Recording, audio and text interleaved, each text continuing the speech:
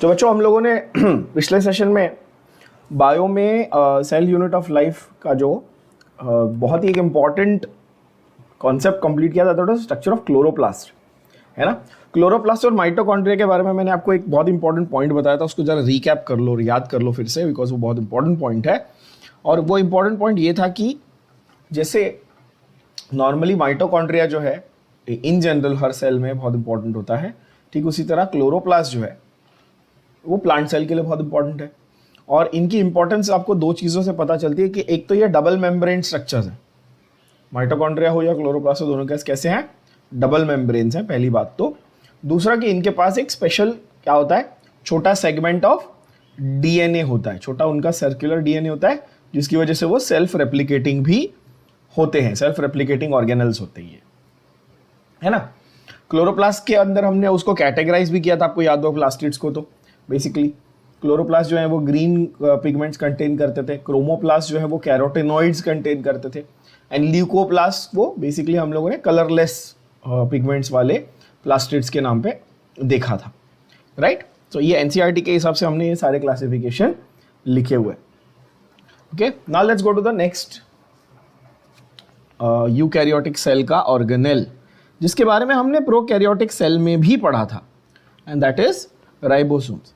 तो पहला पॉइंट जो राइबोसोम के बारे में आप सबको मालूम है, जो ऑलरेडी मैं प्रोकैरियोटिक सेल में भी बता चुका हूँ, आपको मालूम ही है सबको, कि राइबोसोम एक ऐसा ऑर्गेनेल है जो प्रोकैरियोटिक और यूकैरियोटिक सेल दोनों के पास है। बरोबर बात है, राइट।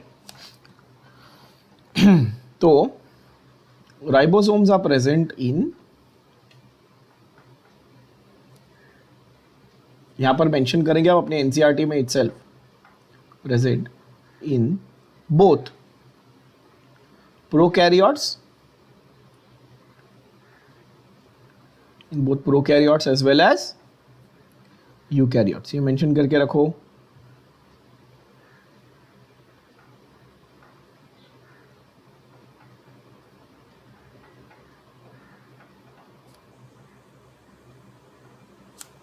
है ना। तो प्रोकैरियोट्स और यूकैरियोट्स के पास हैं, ठीक है, पर क्या दोनों सेम टाइप के हैं? The answer is no, the answer is no. देखो यूकैरियोटिक राइबोसोम्स कैसे वाले हैं, ATS टाइप के हैं। ये बहुत इंपॉर्टेंट पॉइंट है, इसको मार्क करना। यूकैरियोटिक राइबोसोम्स कौन से साइज के हैं बच्चों? ATS। यहाँ पे S क्या था? S वेडबर्ग यूनिट है, ये तो सबको मालूम ही है, बहुत बार बता चुका हूँ, है ना। और जबकि प्रोकैरियोटिक राइबोसोम्स जो थे वो कैसे थे? वो 70S टाइप के थे। कैसे थे वो? 70S टाइप के थे, राइट। अच्छा, यूकैरियोट का जो ATS राइबोसोम बना है वो कैसे बना हुआ है? वो 60+40 मिला के बना हुआ है। कैसे बना है वो? 60+40 के 2 सब यूनिट्स मिलाकर बनाया हुआ है। कैसे बनाया बच्चों? 60 और 40 के 2 सब यूनिट्स मिलाकर बनाया हुआ है। जबकि अगर मैं प्रोकैरियोट का जो 70S वाला देखूं, तो ये तो ऑलरेडी हमने कवर किया है पहले प्रोकैरियोट में। 70S वाला राइबोसोम 50 और 30 दोनों को मिलाकर बनता है। क्या ये बात सबको याद है? देखो, है ना। तो इसको हम लोगों ने ऐसे किया था कि यूकैरियोट्स और प्रोकैरियोट्स दोनों में होता है। अगर हम देखें तो प्रोकैरियोट्स और यूकैरियोट्स का डिफरेंस हम ऐसे लिखेंगे, this is 70S, this is ATS, this is made from 50 plus 30 and this is made from 60 plus 40। 2 sub units जो हैं वो कौन से हैं, ये सब यूनिट्स याद कर लेना है। बहुत ही स्टैंडर्ड क्वेश्चन है ये। यूकैरियोटिक ATS है, प्रोकैरियोटिक 70S है, ठीक है ना। ये डिफरेंस भी मैंने आप लोगों को समझाया था, आई होप सब बच्चों को याद होगा कि ये 60-40 तो इक्वल टू 100 होना चाहिए, लेकिन ये 80 क्यों है? याद है ये डिफरेंस समझाया था कि जब वो ओवरलैप होते हैं तो कुछ हिस्सा जो है वो ओवरलैपिंग में चला जाता है। तो जरूरी नहीं कि लेंथ ऐसा ही होता है, उसका साइज ऐसा हो कि 60+40 नहीं, some part of it is gone for overlapping also. तो ये जो सब यूनिट्स आपको दिख रहे हैं, ये लार्ज यूनिट और स्मॉल यूनिट यहाँ पे बहुत ही अच्छी तरह से एनसीईआरटी में दिखाया हुआ है। You can see the larger sub unit and the smaller sub unit like this, and then overlapping होती है तो उसकी साइज जो है वो अलग हो जाती है ना। नाउ ये जो S है ये एक्चुअली क्या रिप्रेजेंट करता है? S that is Svedberg unit. It also represents the sedimentation coefficient S का मतलब था, लिटरल मीनिंग था वो तो पता ही है आपको कि वो स्वेडबर्ग यूनिट होता है, पर वो और भी क्या चीज को रिप्रेजेंट कर रहा है, वो सेडिमेंटेशन कोएफिशिएंट को रिप्रेजेंट कर रहा है. What is a sedimentation coefficient? तो sedimentation coefficient in short describes what? The ability for it to be settled और sedimented when you are performing centrifugation. तो आप सेंट्रीफ्यूज में उसको अलग करने की कोशिश करो सेल के फ्लूइड से, जितना हैवी पार्टिकल होगा उतना जल्दी वो सेडिमेंट हो जाएगा. तो इनडायरेक्टली, अच्छा दिया यहाँ पे एनसीईआरटी में कि indirectly it's a measure of its density. जो डेंस चीज होगी, जो बड़े पार्टिकल्स होंगे, वो जल्दी सेडिमेंट हो जाएंगे.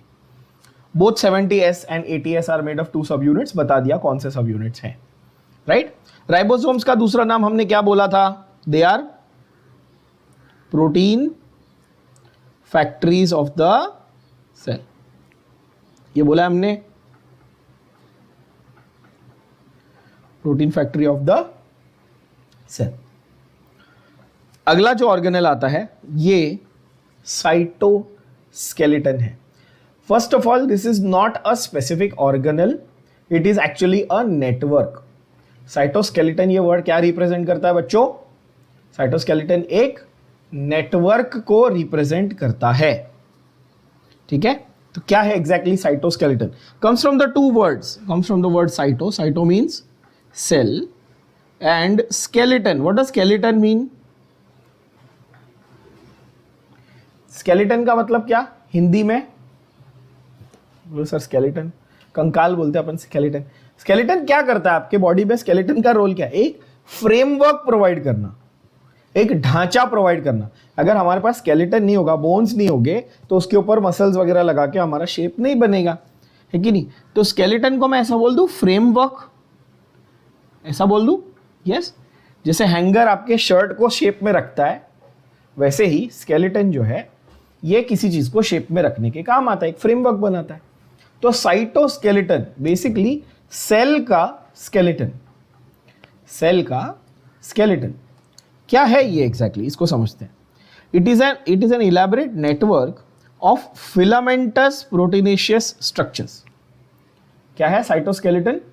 Filamentous, filament like. फिलामेंटस का मतलब फिलामेंट लाइक. फिलामेंट का मतलब क्या होता है? सीधी सादी भाषा में फिलामेंट मतलब क्या होगा? थ्रेड. सिंपल लैंग्वेज में फिलामेंट का मतलब क्या होगा बच्चों? मीनिंग विल बी थ्रेड, धागे जैसा structure, right. So it is a network of filamentous proteinaceous structure. मतलब किससे बने हुए हैं ये? प्रोटीन से बने हुए हैं. ओके, इसमें क्या क्या आ जाता है? कौन से स्ट्रक्चर आ जाते हैं? तो साइटोस्केलेटन के अंदर बहुत सारे स्ट्रक्चर्स आते हैं. Some of them are named as follows, जैसे कि microtubules, microfilaments and intermediate filaments.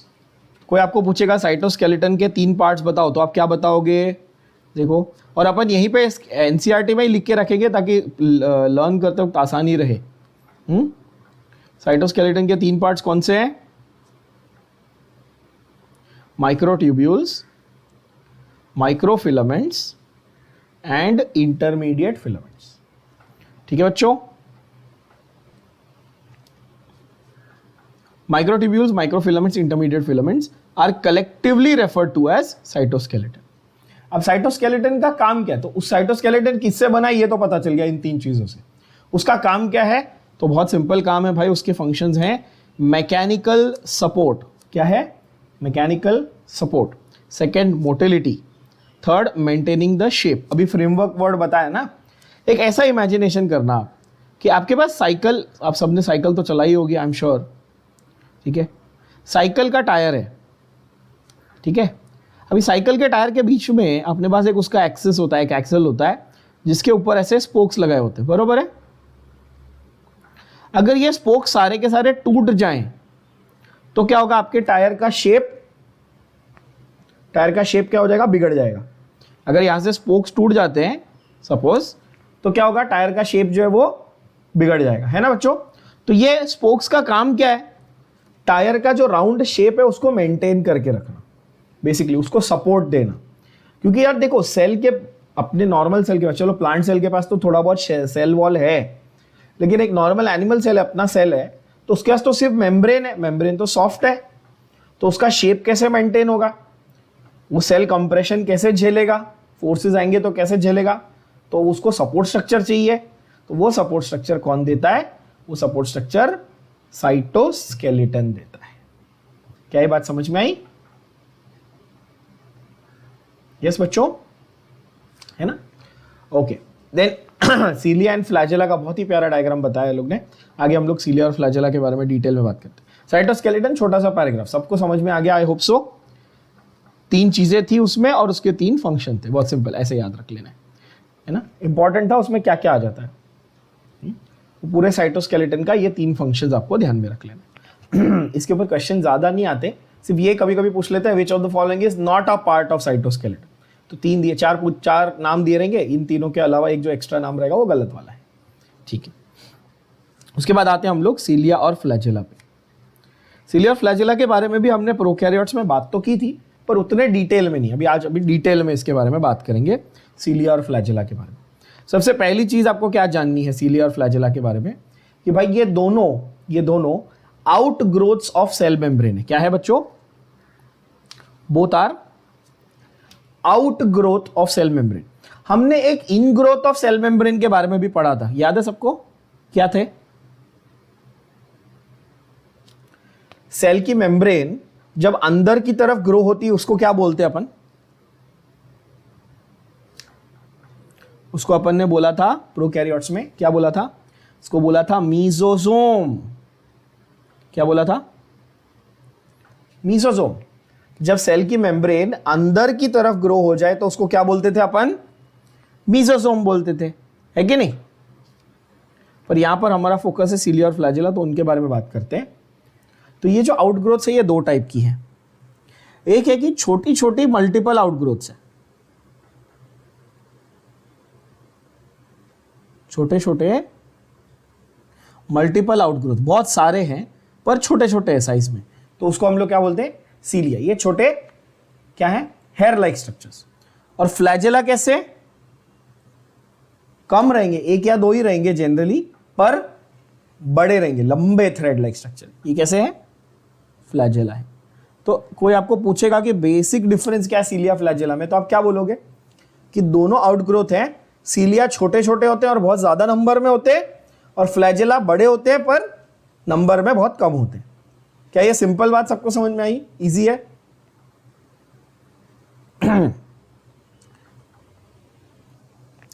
So cilia क्या है? So cilia are small structures which work like oars and cause movement of either the cell or the surrounding fluid. तो ओर क्या होता है भाई? ओर क्या होता है? बोट चलाने के लिए अपन यूज करते हैं ना, बोट चलाने के लिए हिंदी में उसको चप्पू बोलते हैं, चप्पू, है ना? तो बोट चलाने के लिए जो आप यूज करते हो उसको ओर बोलते हैं। तो इमेजिन करो कि आप एक छोटी सी बोट में बैठे, सेल आपका जो है वो छोटा सा एक बोट है, और कॉर्नर पे सारे लोग बैठे, और सारे लोग एक ही डायरेक्शन में ओर चला रहे। आप में से कभी अगर कोई रिवर राफ्टिंग या ऐसे कभी गया होगा, या कम से कम देखा होगा टीवी पे, ठीक है? मैं गया था रिवर राफ्टिंग, मतलब I enjoyed the experience but I wouldn't go again. बहुत मेहनत का काम है बहुत मेहनत का काम होता है और चलाने को दे देते, अपने को आदत है नहीं, अपन आलसी लोग तो वो ना ऐसा होता है कि वो आपको बोलते हैं कि सारे लोग एक साथ बोट के कॉर्नर पे बैठ जाओ, सब ऐसे लाइन से, और सब लोग एक ही डायरेक्शन में, जब वो बोले गो तो सब लोग एक ही डायरेक्शन में और चलाएंगे। तो उससे होता क्या है कि आप सारे लोग एक ही डायरेक्शन में पानी को पुश करो तो बोट आगे जाती है। आप सेम लॉजिक अब आप सेल पे अप्लाई करके देखो कि ये जो सेल, मैंने यहाँ पे आपको बेसिक एक आउटलाइन दिखाई सेल की, ये वाली, तो ये जो सेल है इसके सारे सीलिया अगर एक ही डायरेक्शन में ऐसे ऐसे ऐसे ऐसे मूव करेंगे तो सेल आगे जाएगा। अग्रीड? या फिर अगर सेल एक जगह पे है और सारे सीलिया ऐसे ऐसे ऐसे एक डायरेक्शन में मूव करें तो आजू बाजू का जो फ्लूइड है, जो लिक्विड है, वो आगे या पीछे जा सकता है। सही बात है। तो सीलिया का जो मोशन है वो बहुत इंपॉर्टेंट है कि वो एक सारे के सारे सीलिया सिंक्रोनाइज्ड मूवमेंट करने चाहिए। क्या करने चाहिए? सिंक्रोनाइज्ड मूवमेंट करने चाहिए, वो भी सेम डायरेक्शन में। कैसा मूवमेंट करनी चाहिए बच्चों? सिंक्रोनाइज्ड मूवमेंट, समझते हो ना? सिंक्रोनाइज यानी कि एक साथ, एक ही साथ और एक ही डायरेक्शन में। सॉरी, सिंक्रोनाइज क्या लिख दिया मैंने? हाँ, synchronized movement in the same direction. इसका अच्छा एप्लीकेशन आपको देखने मिलता है अगर आप देखो कॉफिंग रिफ्लेक्स। बायोलॉजी में इसका अच्छा एप्लीकेशन क्या है? Coughing reflex. आपका जो ट्रेकिया है, आपका विंड पाइप है, अगर कभी ऐसा हुआ कि खाना खाते खाते अगर जो फूड है वो फूड पाइप की जगह कहां चला गया? विंड पाइप में चला गया, तो तुरंत क्या होता है? तुरंत खांसी आती है, आप चोक होने लगते हो। तो how does the body respond? The body responds by creating coughing reflex. जब आपको खांसी आती है तो क्या होता है? ऐसा होता है ना। तो ये एक वाइब्रेटरी मोशन है, ऐसा जा रहा है ना, राइट? क्यों? क्योंकि ट्रेकिया के अंदर कुछ धूल चली गई है, कुछ खाना चला गया, कुछ भी गया है, तो सारे अंदर सीलियां हैं। ट्रेकिया के अंदर क्या? सारे सीलिया, और वो एक ही डायरेक्शन में ऐसे बीट कर रहे हैं, मतलब ऊपर की तरफ, और वो सारा कचरा बाहर निकालने की कोशिश कर रहे हैं। Can you imagine that? देखो, ये आपका जो ट्रेकिया है अंदर से वो ऐसा दिखेगा, और इधर सब जगह ऐसे क्या है? सीलिया है। और ये सारे सीलिया कैसे? सपोज अंदर कोई कचरा चला गया या फूड का एक टुकड़ा चला गया, तो वो सारे ऐसे ऐसे बीट करके उसको बाहर फेंकेंगे। तो सीलिया का प्रैक्टिकल ये एग्जाम्पल जो है बहुत ही इंपॉर्टेंट हो जाता है हमारे लिए in the form of coughing reflex. ठीक है बच्चों? चलो अभी फिलहाल हम लोग बात करते हैं एट अ सेल्यूलर लेवल ये क्या कर रहा है। अभी तो टिश्यू लेवल और ऑर्गन लेवल पे बाद में बात होगी, पहले जरा सेल्यूलर लेवल पे बात कर लेते हैं कि क्या कर रहा है ये। तो सीलिया क्या है? छोटे स्ट्रक्चर हैं, ओर्स की तरह काम करते हैं, ठीक है?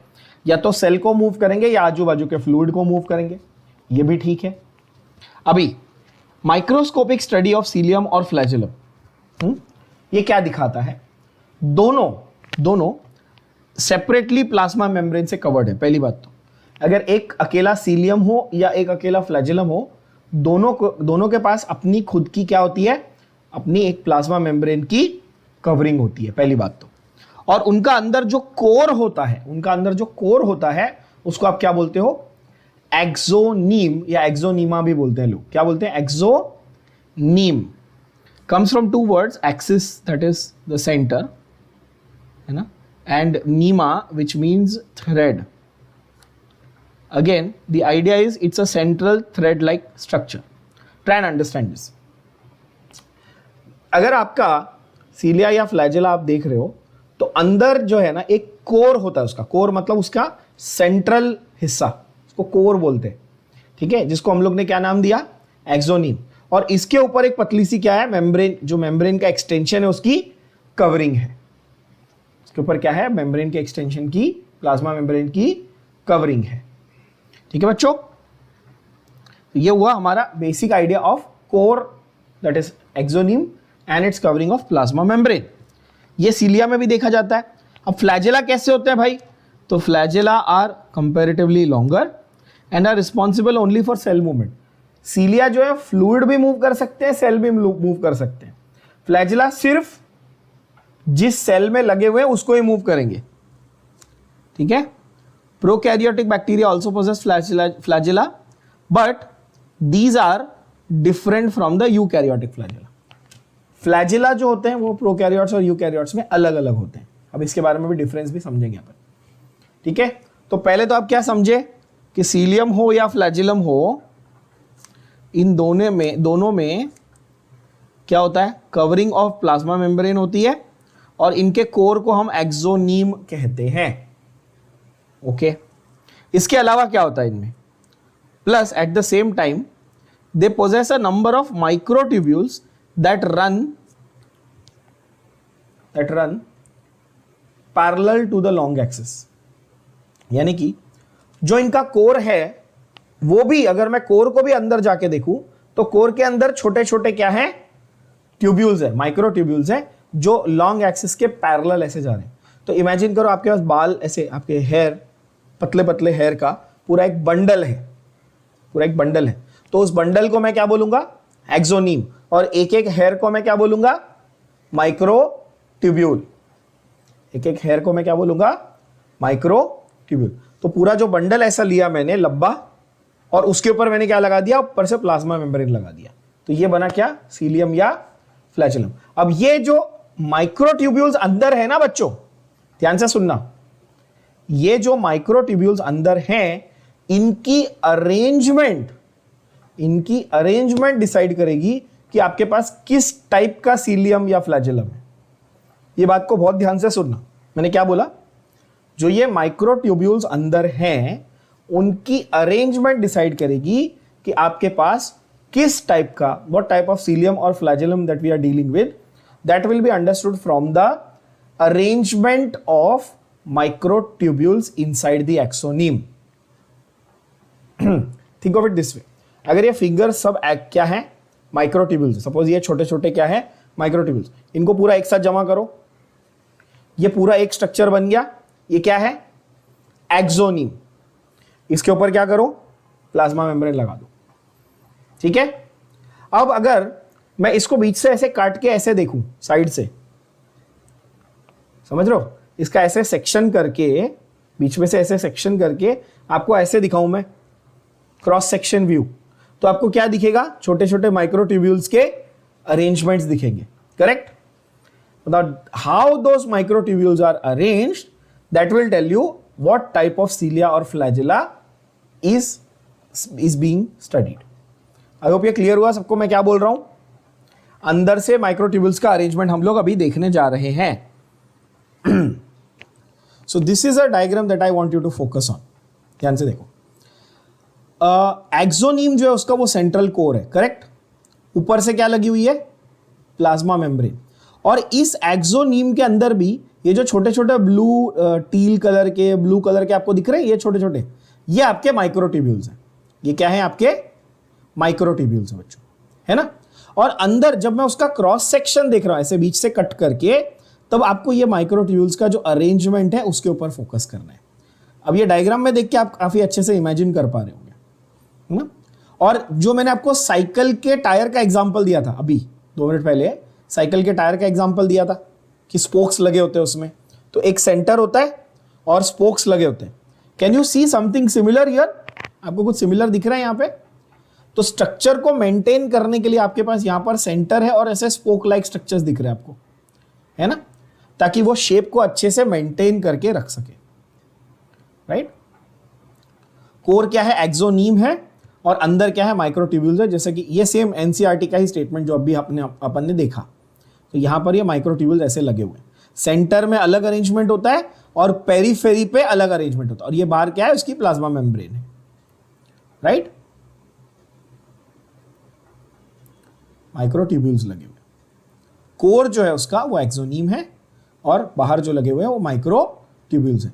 अब ये जो अरेंजमेंट है इसको जरा ध्यान से देखना और काउंट करना कि कितने अरेंजमेंट, कितने ये हैं। देखो 1, जहां सेंटर से काउंट करना शुरू करो, 1 2 3 4 5 6 7 8 and 9. Can you see 9 sets of microtubules arranged बाहर, बोलो हाँ कि ना। Yes, there are 9 sets of microtubules arranged बाहर। What about in the center? Centre में कितने हैं? सेंटर में 2 हैं, 2 सर्कल दिख रहे हैं, सेंटर में 2 है। तो यहां पर ये जो अरेंजमेंट इस तरह से बनाया हुआ है, इसको हम लोग क्या बोलते हैं, 9+2 टाइप ऑफ अरेंजमेंट, ये ऐसा।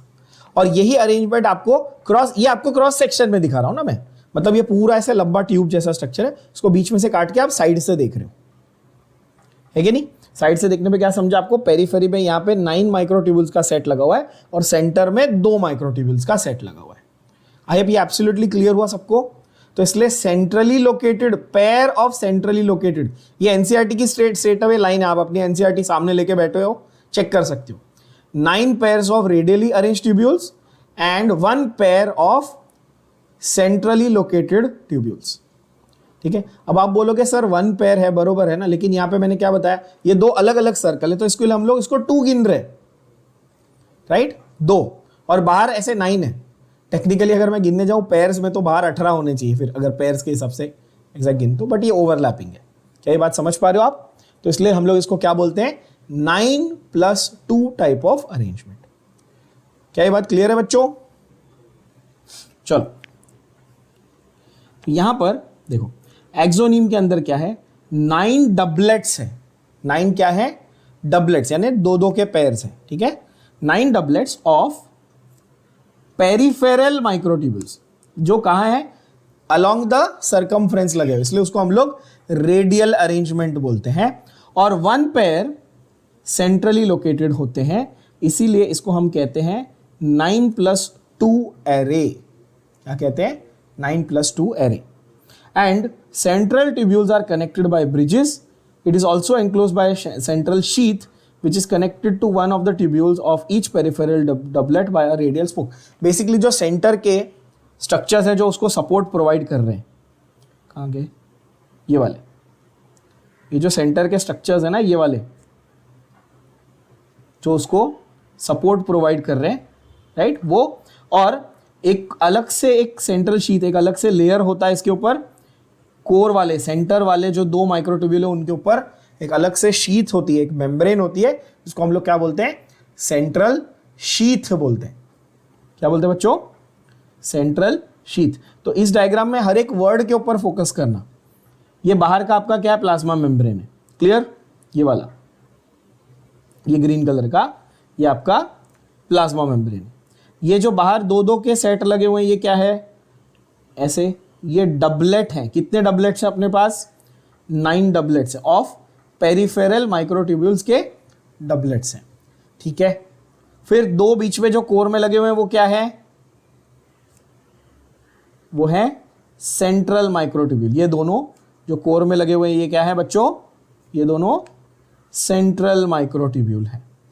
उसके बाद हमारे पास रेडियल स्पोक्स है जो पेरिफेरल से सेंटर की तरफ जा रहे हैं, बीच में जो सपोर्ट दे रहे हैं वो क्या है हमारे, ये वाले, ये जो रेडियल स्पोक्स, क्या ये रेडियल स्पोक्स है।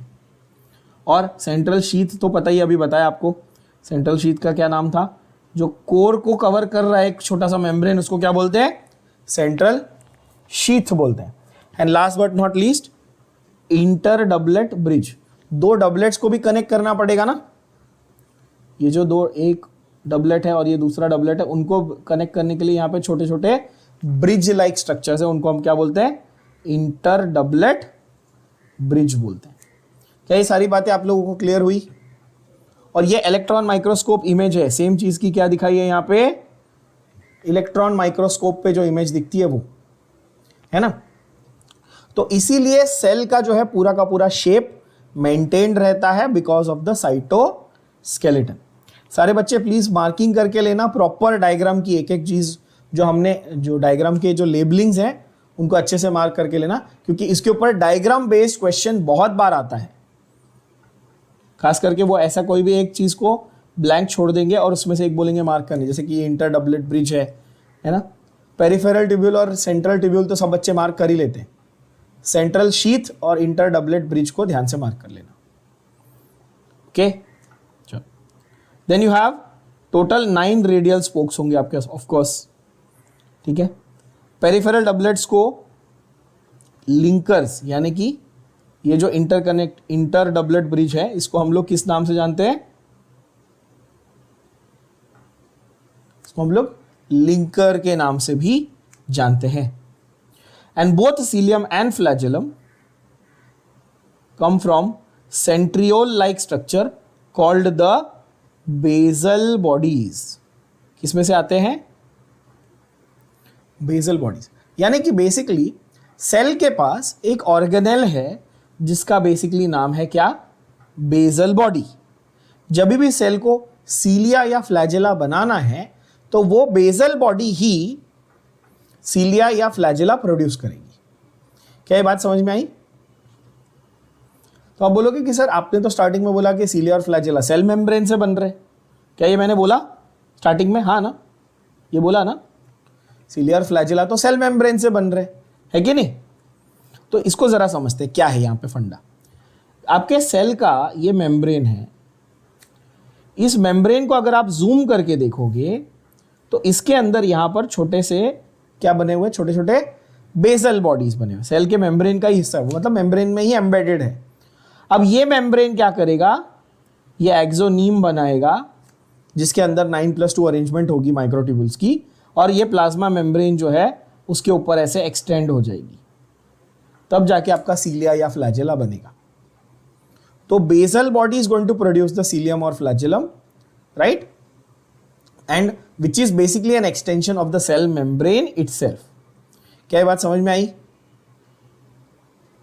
बेसल बॉडी यहां पे मैं आपको दिखा रहा हूं, ये रहा।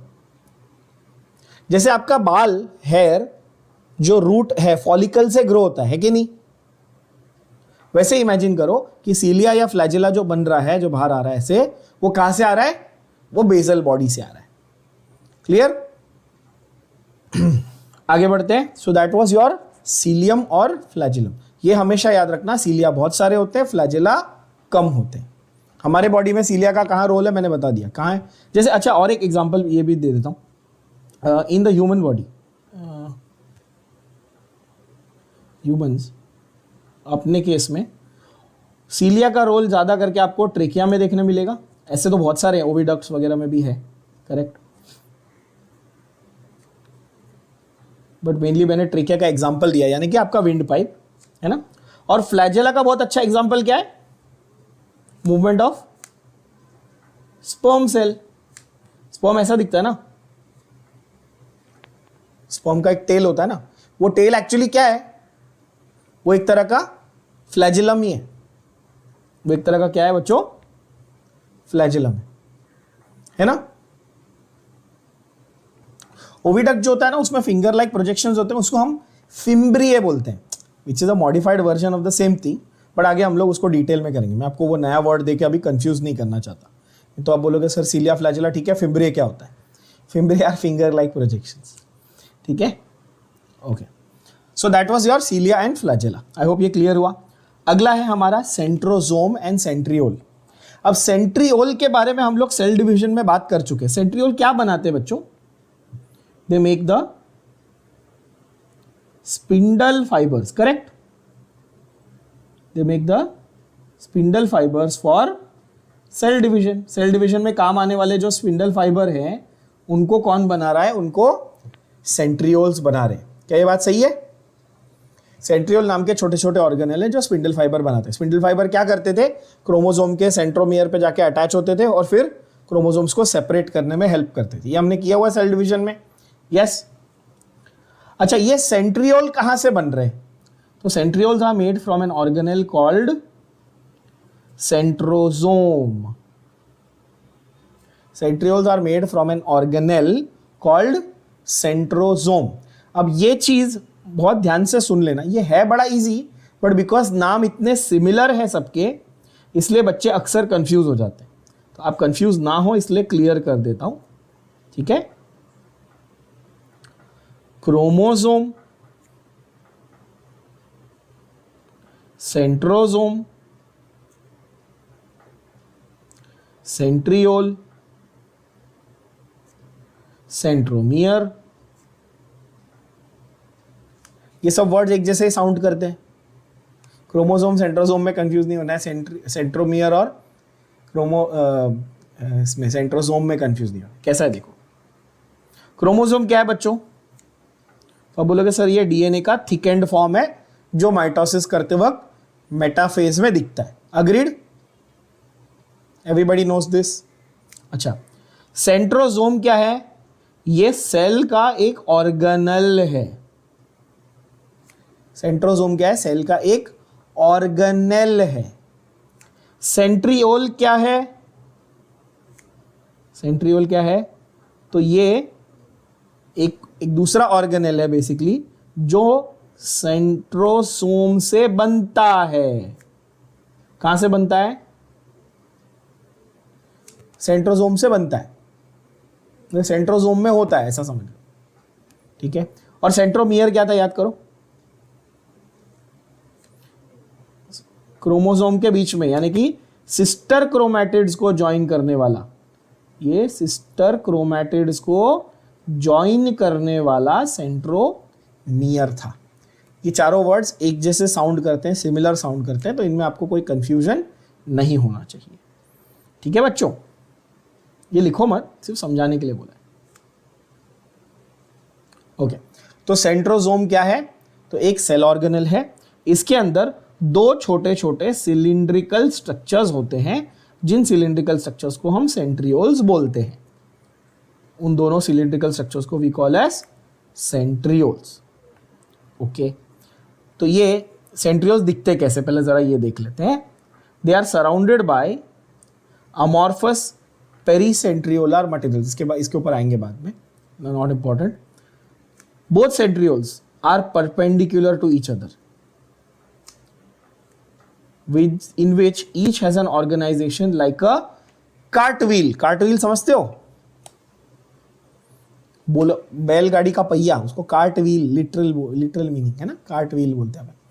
तो सेंट्रोसोम के अंदर जो सेंट्रियोल्स है ना, वो कुछ इस तरह के दिखते हैं।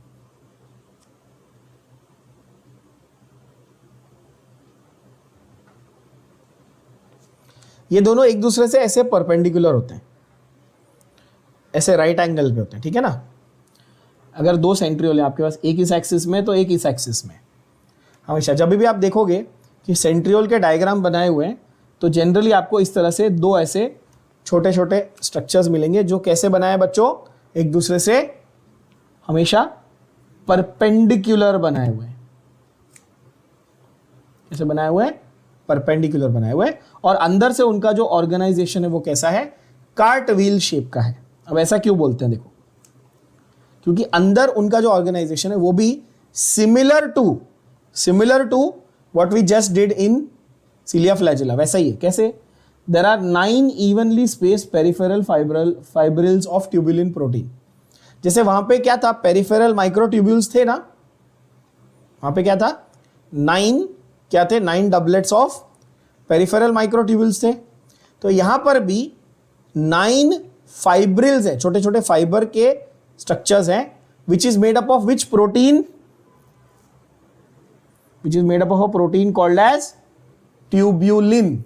कौन सा प्रोटीन है बच्चों, रिपीट करेंगे, कौन सा प्रोटीन है, ट्यूब्यूलिन प्रोटीन। अब now this is also very beautiful picture, you won't, these pictures you won't find in your NCERT and all, and you don't have the time to sit and find in Google and everything. That's why I put this here. तो learn करो, इसमें से देखो कितना प्यारा समझ में आ रहा है। देखो, ये जो आपको रॉड जैसे दिख रहे हैं ना स्ट्रक्चर, ये बेसिकली ट्यूब्यूलिन प्रोटीन के ऐसे रॉड्स हैं। ये क्या है, ट्यूब्यूलिन प्रोटीन के ऐसे रॉड्स हैं बच्चों, ठीक है। तो ऐसे देखो, पहले ये समझो कि कितने रॉड्स के सेट है, बताओ, 3 रॉड का सेट है ना। और आप फोकस इस पे करना बच्चों, ये आपका सेंटर है, कोर है, देखो ये सेंटर है, और ऐसे कितने रॉड के सेट है, गिनो, 1 2 3 4 5 6 7 8 और 9। ये एक सर्कल है, ये पूरा, ये पूरा एक मैं ट्रेस कर रहा हूं, दिख रहा है, ये एक सर्कल है ऐसा। और ये एक सर्कल में आपके पास 9 sets of 3 tubulin proteins each है। अब इमेजिन करो, मैंने इसको बीच से काटा और आपको क्रॉस सेक्शन दिखाया। क्या आप इमेजिन कर सकते हैं, ये मैंने इसको बीच से ऐसा कट किया और आपको क्रॉस सेक्शन दिखा रहा हूं। तो यहां पर आप देखो, मैंने आपको क्या कहा कि मैं आपको क्रॉस सेक्शन दिखाऊंगा, तो ऐसा दिखेगा, ये 3 के ऐसे 9 सेट्स दिखेंगे आपको, है ना। और ये पूरे जो 9 सेट है, ये मिलाकर एक आपका स्पिंडल फाइबर बनेगा बेसिकली, या एक सेंट्रियोल बनेगा, है ना। तो टेक्निकली अब जरा इस बात को थोड़ा सा घूम के वापस जाके 10 मिनट पीछे जाके सोचना। टेक्निकली साइटोस्केलेटन में हमारे पास क्या था, माइक्रोट्यूब्यूल थे, याद है। साइटोस्केलेटन में one of the components was what, याद करो, माइक्रोट्यूब्यूल्स। सीलिया फ्लैजेला में कंपोनेंट क्या था, माइक्रोट्यूब्यूल। सेंट्रियोल में भी बेसिकली ट्यूब्यूल ही है ना, सिर्फ नाम अलग बोला हमने, इसको हमने ट्यूब्यूल की जगह फाइब्रिल बोला। पर क्या ये सारे फिलामेंटस यानी थ्रेड लाइक प्रोटीन के बने हुए स्ट्रक्चर हैं? The answer is yes. अब ये वाले सेंटेंस का मीनिंग कितना अच्छा समझ में आ रहा है, देखो, साइटोस्केलेटन प्रोटीनेशियस स्ट्रक्चर्स का फिलामेंटस टाइप का एक नेटवर्क है। अब बोलोगे अच्छा, अब समझा कि थ्रेड लाइक या फिलामेंट लाइक स्ट्रक्चर हैं जो प्रोटीन से बने हुए हैं, और इन्हीं को हम माइक्रोट्यूब्यूल भी बोलते हैं, है कि नहीं। Now it makes so much more sense that sentence, because ये सीलिया में देखा, फ्लैजेला में देखा, सेंट्रियोल में भी देखा। है कि नहीं। अच्छा, सेंट्रियोल का यहां पर उन्होंने क्रॉस सेक्शन का डायग्राम नहीं दिया है, बट आप इजीली बना सकते हो क्रॉस सेक्शन का डायग्राम आप खुद से। देखो 3-3 के सेट बना लो, ऐसे 3-3 ट्यूबुलेंस के ऐसे सेट बना लो और सेंटर कोर से उसको ऐसे ज्वाइन कर दो, है ना।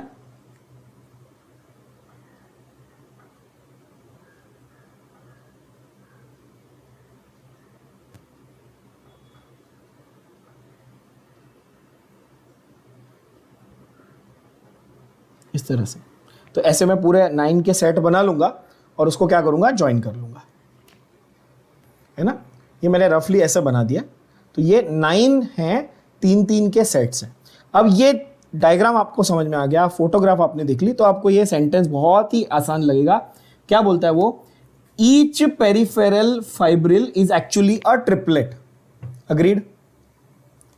हर फाइब्रिल एक्चुअली रियलिटी में एक ट्रिपलेट है। ट्रिपलेट यानी कि 3 प्रोटीन के थ्रेड से बना हुआ है, ट्यूबुलिन प्रोटीन के 3 थ्रेड से बना हुआ है, और हर ट्रिपलेट भी आपस में लिंक किया हुआ है, जुड़ा हुआ है। तो हर ट्रिपलेट को भी आपस में जोड़ना पड़ेगा भाई, नहीं तो फिर स्केलेटन वो स्ट्रक्चर कैसे तैयार होगा सेंट्रियोल का। हर ट्रिपलेट को भी आपस में जोड़ दिया। Okay, central part of the proximal region of the centriole is also a proteinaceous structure called the hub. जो सेंट्रल एरिया है, ये वाला सेंट्रल एरिया को अपन क्या बोलते हैं, हब। तो हब तो एक जनरल इंग्लिश का टर्म है, किसी भी चीज के सेंटर को हब ही बोलते हैं, है कि नहीं। उसमें कौन सा नया रॉकेट साइंस है। Which is connected with tubules of the peripheral triplets of the peripheral triplets by radial spokes which are also made of protein. कौन से वाले, किसकी बात कर रहा है वो इन लाइन्स की बात कर रहा है, ये ठीक है। सेंटर जो है उसको क्या बोलते हैं बच्चों, सेंटर को बोलते हैं हब। सेंटर को क्या बोलते हैं, हब। और जो ये हैं इनको कनेक्टर्स को क्या बोलते हैं, स्पोक्स।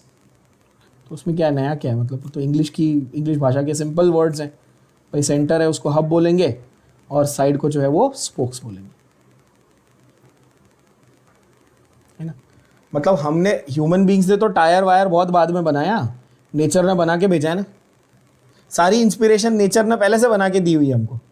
सेल पे इतने छोटे लेवल पर, माइक्रोस्कोपिक लेवल पे बनाया हुआ, देखो कि सेंटर में कुछ होना चाहिए, स्पोक्स होने चाहिए, तभी स्ट्रक्चर मेंटेन रहेगा, है कि नहीं। हब भी प्रोटीन से बना है, ट्रिपलेट भी प्रोटीन से बने, स्पोक्स भी प्रोटीन से बने हुए, करेक्ट है। अच्छा, अब ये ध्यान से देखना, the centriole forms the basal body of cilia और फ्लैजिला। याद है अभी लास्ट सेंटेंस किया था, सीलिया फ्लैजिला कहां से बने, बेसल बॉडी से, है कि नहीं। सीलिया फ्लैजिला कहां से बने, बेसल बॉडी से बने। देखो अभी किया था हमने, लास्ट वर्ड मार्क दिखाया भी था, है कि नहीं। तो ये सेंट्रियोल लाइक स्ट्रक्चर, अभी आपको समझा कि एक्चुअली बेसल बॉडी को सेंट्रियोल लाइक स्ट्रक्चर क्यों बोला है। सेंट्रियोल लाइक स्ट्रक्चर है बेसल बॉडी, और उसी में से सीलिया और फ्लैजेला निकले। आप बोलोगे हाँ सही बात है। नाउ, तो centrioles form the basal body of cilia और flagella and also form the spindle fibers that gives rise to spindle apparatus during cell division of animal cells. Centrioles plant cell में मिसिंग होते हैं, ये बात बरोबर है, ये हमने की हुई है डिस्कस, बोलो हाँ या ना। तो इस पूरी कहानी का समरी समझो पहले। सेंट्रोसोम आपका एक ऑर्गेनल है जिसके अंदर 2 सेंट्रियोल होते हैं, अग्रीड, आप बोलोगे हाँ 2 सेंट्रियोल है। कैसे हैं, एक दूसरे से परपेंडिकुलर है, बोलोगे ठीक है। सेंट्रियोल के अंदर क्या है, तो सेंट्रियोल के अंदर 9 ट्रिपलेट्स ऑफ ट्यूबुलिन प्रोटीन है, अग्रीड। सेंट्रियोल के अंदर 9 ट्रिपलेट्स ऑफ ट्यूबुलिन प्रोटीन है, ये भी सही है। सेंट्रियोल क्या बनाएगा, तो सेंट्रियोल एक्चुअली 2 चीजों को बनाएगा। सेंट्रियोल बनाएगा बेसल बॉडी भी, और सेंट्रियोल बनाएगा स्पिंडल फाइबर भी। सेंट्रियोल बेसल बॉडी को भी बनाएगा और सेंट्रियोल स्पिंडल फाइबर को भी बनाएगा, बोलोगे हाँ ये भी सही है। स्पिंडल फाइबर क्या रोल निभाएगा, cell division. Spindle fibre cell division में रोल निभाएगा।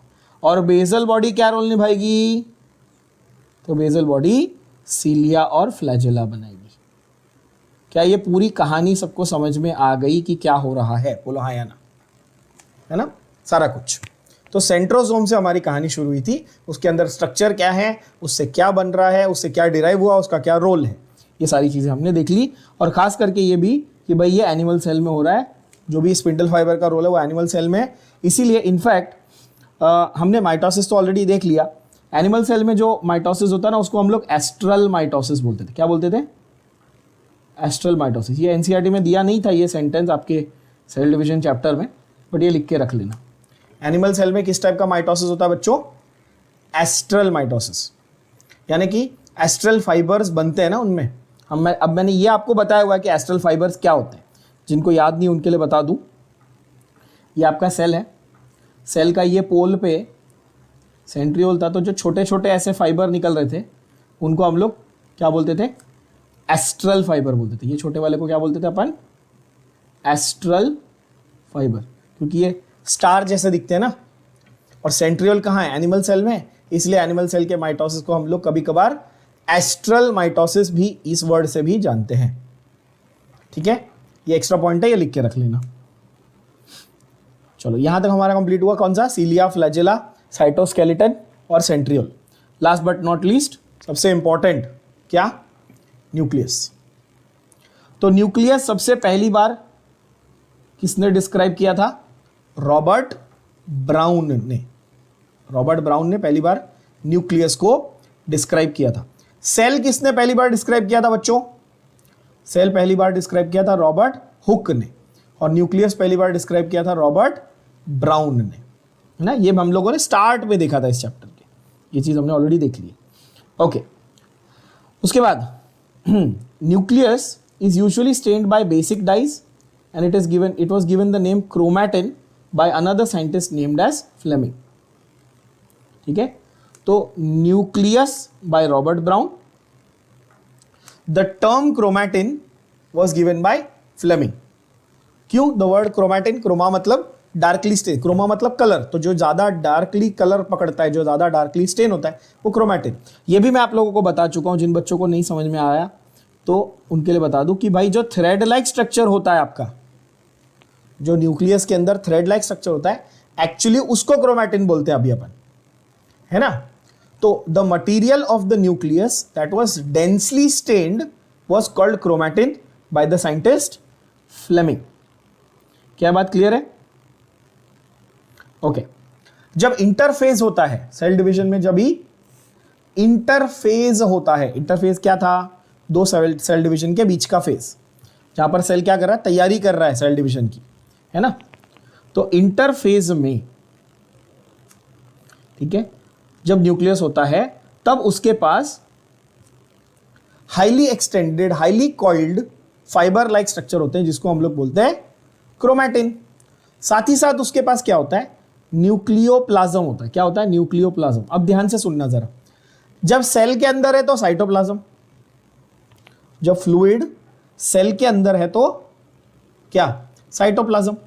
न्यूक्लियस के अंदर है तो न्यूक्लियोप्लाज्म, माइटोकॉन्ड्रिया के अंदर है तो मैट्रिक्स, क्लोरोप्लास्ट के अंदर है तो स्ट्रोमा, है कि नहीं। तो ये चीज है ना, इन जनरल आपको ये जनरल नॉलेज ऑफ बायोलॉजी होनी चाहिए। As a NEET student, as a biology student, आपको ये जनरल नॉलेज ऑफ बायोलॉजी होनी चाहिए कि भाई हमारे पास फ्लूइड तो बहुत फॉर्म्स में प्रेजेंट है, fluid can be present in various locations, है ना। तो उसको हम लोग नाम कैसे देते हैं? नाम नेम्ड डिफरेंटली। जैसे एक एग्जांपल ले लेते हैं तो आपको अच्छे से समझ में आएगा। जैसे हमारे पास फ्लूइड है, ठीक है, और फ्लूइड जो है वो इनसाइड द सेल है। क्या है? इनसाइड द सेल है, तो उसको आप साइटोप्लाज्म बोल देते हो। ठीक है, अगर आपको बताना है कि भाई वो लिविंग फ्लूइड है तो आप उसको प्रोटोप्लाज्म भी बोल सकते हो। क्या बोल सकते हो? प्रोटोप्लाज्म। अगर वो इनसाइड मसल सेल है, एक मसल सेल के अंदर है, स्पेसिफिकली मसल सेल के अंदर है, तो आप उसको सार्कोप्लाज्म बोल दोगे। क्या वो कुछ नया है क्या? नहीं, वो अभी भी सेल का ही फ्लूइड है, सिर्फ नाम आपने बदल दिया। क्यों?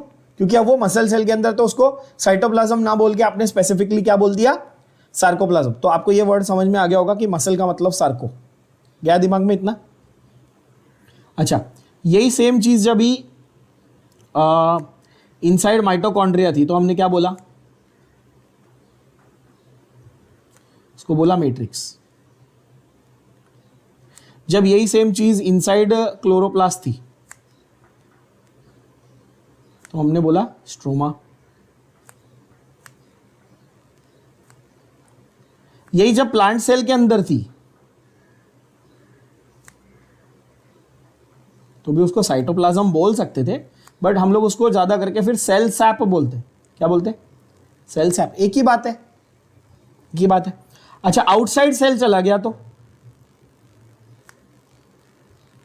आउटसाइड द सेल चला गया तो अब उसको एक्स्ट्रा सेल्यूलर फ्लूइड बोलोगे, यानी कि सेल के बाहर है तो एक्स्ट्रा। अगर अंदर होता तो क्या बोलते? इसका दूसरा नाम बोल दूं, इंट्रा सेल्यूलर। क्या ये बात एकदम से समझ में आ रही है? तो नए वर्ड से घबराना नहीं है बच्चों आपको, ये सब नए नए वर्ड्स आते रहेंगे, इनका मीनिंग एक ही है, कोई बहुत बड़ी चीज नहीं है। एक्स्ट्रा सेल्यूलर फ्लूइड को मैं टिश्यू फ्लूइड भी बोलता हूं, है कि नहीं? और बहुत लोग इसको लिम्फ भी बोलते हैं।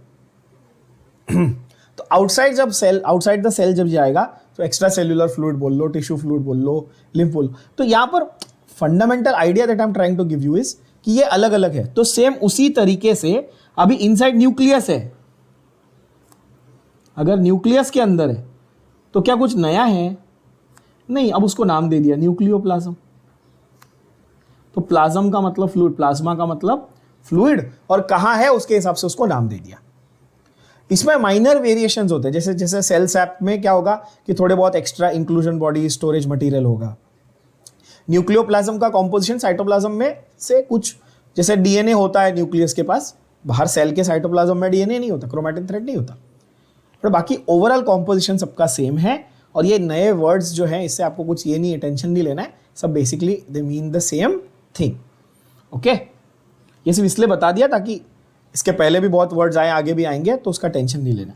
तो यहाँ पे उन्होंने न्यूक्लियर मैट्रिक्स वर्ड यूज किया। क्या ये सेम है nucleoplasm? The answer is yes. ये देखो, आप देख सकते हो। ओके, अच्छा। और स्पेसिफिकली इनके पास वन और मोर एक्स्ट्रा छोटे से बॉडीज होते हैं जो डेंस होते हैं, जो बहुत ही डेंसली स्टेन्ड होते हैं। देखो ये वाले बहुत ही डार्क स्टेन वाले, क्या आप देख पा रहे हैं? छोटा सा सर्कुलर बॉडी जो डार्क स्टेन वाला है, जिसको हम क्या बोलते हैं? न्यूक्लियोलस बोलते हैं। क्या बोलते हैं बच्चों?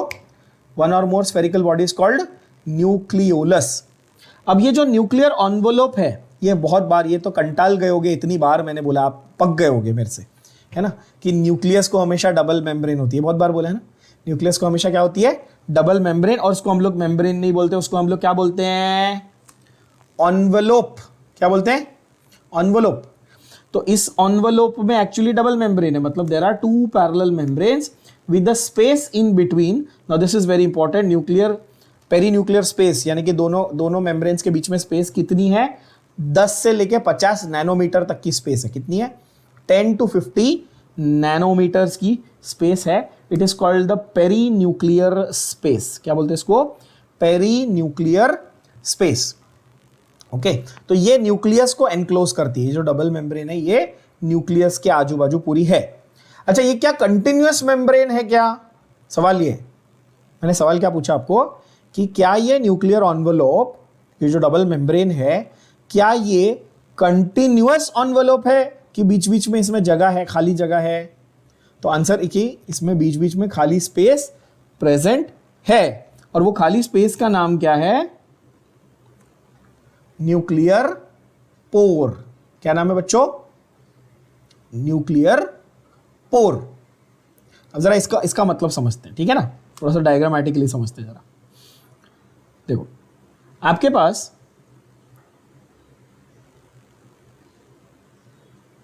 जो न्यूक्लियस का एनवेलोप है वो ऐसा नहीं है,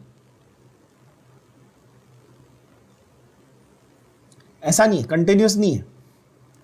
कैसा दिखता है वो? एक्चुअली वो ऐसा दिखता है। ये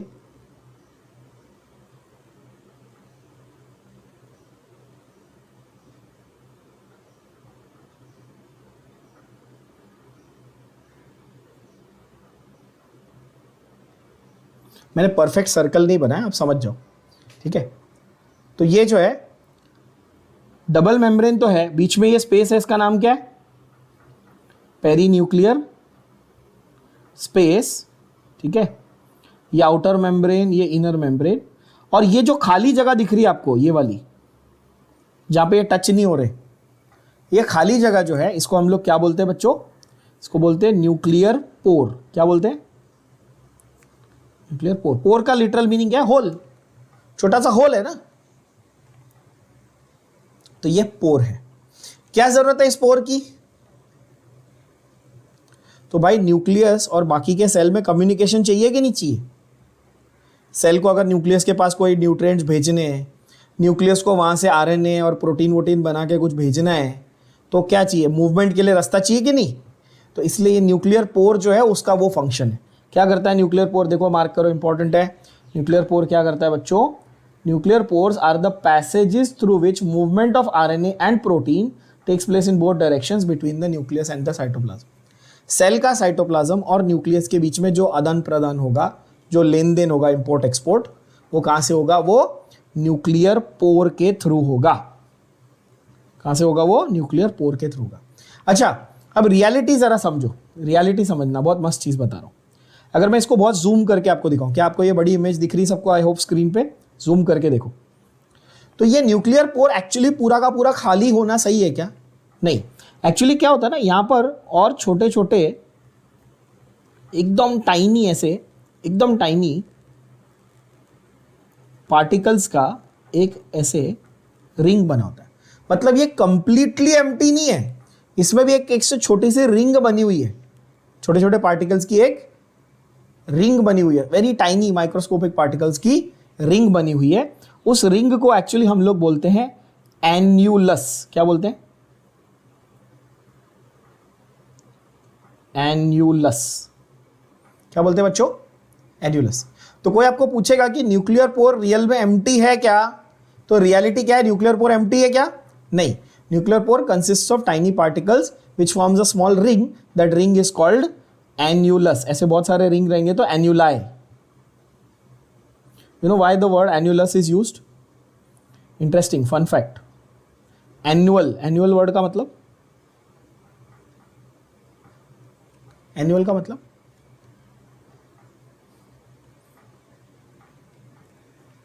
the word annulus comes from the word annual. Annual means एक चक्कर पूरा सन कंप्लीट, अर्थ कंप्लीट करता है ना सन के अराउंड, तो एक साल, इसलिए वर्ड आया एन्यूलस। ये बेसिक नॉलेज है, ये सब तो आपको, आप लोगों को इंग्लिश में तो बेसिक चीज़ है, ये पता होना चाहिए। खैर नहीं पता तो अभी जान लिया, ठीक है ना। तो ये न्यूक्लियर पोर था। न्यूक्लियर पोर के आजू बाजू ऐसे छोटे छोटे रिंग लाइक स्ट्रक्चर थे जो ऐसे क्रिस्टल लाइक स्ट्रक्चर से बने हुए, इनको हमने क्या बोला? एन्यूलाई बोला, ठीक है। खाली जगह का नाम था न्यूक्लियर पोर। ओके बच्चों, चलो आगे बढ़े। तो यहां पे देखो, अपने पास न्यूक्लियर पोर भी है, एन्यूलस भी है, सब कुछ है। चलो ओके, उसके बाद आता है outer membrane. Outer membrane usually remains continuous with the endoplasmic reticulum and also bears ribosomes. Now this is very interesting. जो आउटर मेम्ब्रेन है आपके न्यूक्लियस की, आपने ये बहुत सारे डायग्राम्स में देखा होगा कि यहाँ से कंटिन्यूसली एंडोप्लाज्मिक रेटिकुलम चालू हो जाता है। जो हमने ER देखा था ना, रफ ER, स्मूथ ER, आप कोई भी डायग्राम उठा के देखो सेल का, तो आपको हमेशा जो आउटर मेम्ब्रेन है न्यूक्लियस की, उससे चिपका हुआ सीधा सीधा एंडोप्लाज्मिक रेटिकुलम हमेशा देखने मिलेगा। तो ऑब्वियसली बिकॉज राइबोसोम्स प्रेजेंट है, तो रफ ER का प्रेजेंस आपको ज्यादा मिलेगा, ठीक है। कंटिन्यूस विद ER मतलब कभी भी न्यूक्लियस का जो बाहर का मेम्ब्रेन है वही सीधा सीधा कंटिन्यू होता है एंडोप्लाज्मिक रेटिकुलम में, और वो राइबोसोम से भी एसोसिएटेड है, तो ऑब्वियसली वो रफ ER से एसोसिएटेड है technically. Okay, there are minute pores obviously, that is nuclear pores, वो सारा बता दिया। Okay, normally there is only one nucleus पर सेल। अंडर नॉर्मल सर्कमस्टेंसेस एक न्यूक्लियस होता है सेल के अंदर, पर यहां पर एक नोट लिखेंगे आप, यहां पर एक नोट लिखेंगे, देखो multi nucleated